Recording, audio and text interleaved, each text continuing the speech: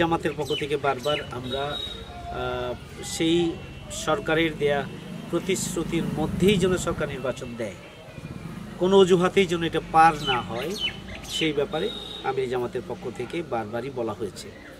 আমিরি জামাত বলেছেন যে জুনের মধ্যে নির্বাচন সরকার দিতে চেয়েছে, জুনের পূর্বে নির্বাচন দিতে হবে, তার আগে যে রমজান এবং ঈদ রয়েছে, আবার সেই সময় জুন মাসে বৃষ্টি রয়েছে, সুতরাং হয় রোজার আগে দিতে হবে আর না হলে ঈদুল ফিতরের পরপরই দিতে হবে, ঈদুল ফিতরের পরপরই দিতে হবে, অর্থাৎ জুনের আগে নির্বাচনের ব্যাপারে বিভিন্ন সময়ে আমাদের আমিরি জামাতের পক্ষ থেকে বারবারই সরকারের প্রতি আহ্বান জানানো হয়েছে। আমি মনে করি যে আমাদের অবস্থান তো খুবই পরিষ্কার।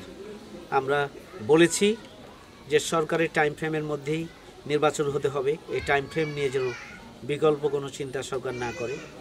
আমরা এও বলেছি যে অবশ্যই নির্বাচনের আগে নির্বাচন ব্যবস্থাকে সংস্কার করতে হবে অবশ্যই, এবং নির্বাচন সহ রাষ্ট্রের গুরুত্বপূর্ণ মৌলিক সংস্কারগুলো নির্বাচনের আগেই সংস্কার করতে হবে। কারণ সংস্কার ছাড়া যদি কোনো নির্বাচন আগামী দিনে হয় তাহলে এই নির্বাচন জনগণের ভাগ্যের পরিবর্তন করতে পারবে না, বরং এই নির্বাচন আবারও নতুন করে ফ্যাসিবাদের জন্ম দেবে।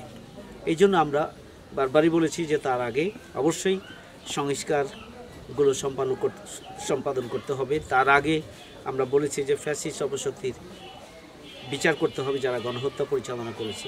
জামাত ইসলামী বাংলাদেশের পক্ষ থেকে বারবার বলা হয়েছে যে জনদুর্ভোগের কারণে জাতীয় নির্বাচনের আগে খুব দ্রুততম সময়ের মধ্যে স্থানীয় নির্বাচনও দিতে হবে, কারণ স্থানীয় নির্বাচন দিলে একদিকে জনদুর্ভোগ দূর হবে, অন্যদিকে জাতীয় নির্বাচনের মতো একটি জনগুরুত্ব সম্পন্ন, রাষ্ট্রীয় গুরুত্ব সম্পন্ন, যেখানে ক্ষমতার পালাবদল হয়, সেই ধরনের একটি নির্বাচনের সক্ষমতা এই অন্তর্বর্তীকালীন সরকার অর্জন করেছে কিনা সেটাও যাচাই বাছাই করার সুযোগ হবে স্থানীয় নির্বাচনের মাধ্যমে।